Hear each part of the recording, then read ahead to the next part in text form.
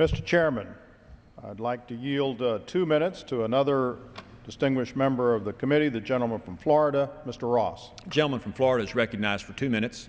Thank you, Mr. Chairman. And thank you, Mr. Chairman, for the recognition and also for bringing forth this most necessary legislation.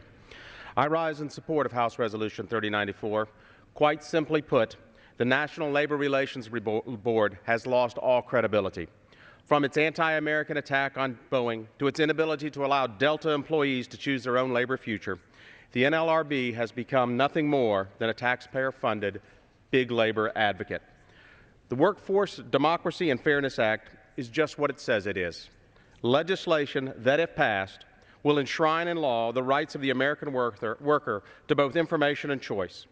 Two things my friends on the other side of the aisle believe in as well.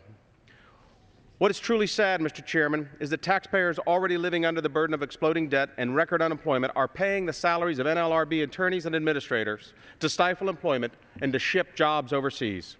The proposed NLRB rule, remedied by this legislation, requiring elections be held in as little as 10 days, gives workers virtually no opportunity to inform themselves about their rights.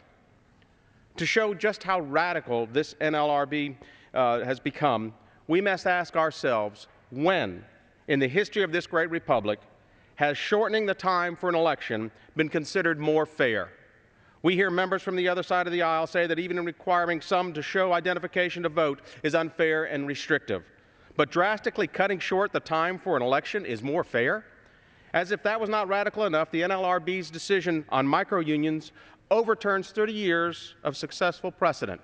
For example, at retail stores, multiple labor unions could target and organize different groups of workers. Salespersons, merchandise managers, department managers, stocks clerks, and security guards could each form separate unions.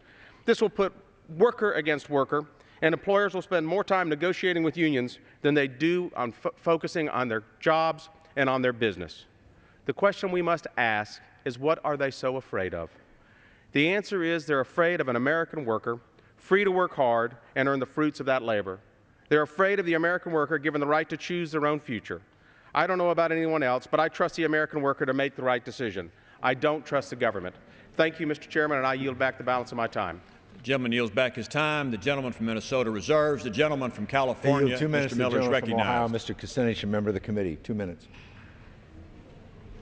The gentleman from Ohio is recognized for 2 minutes.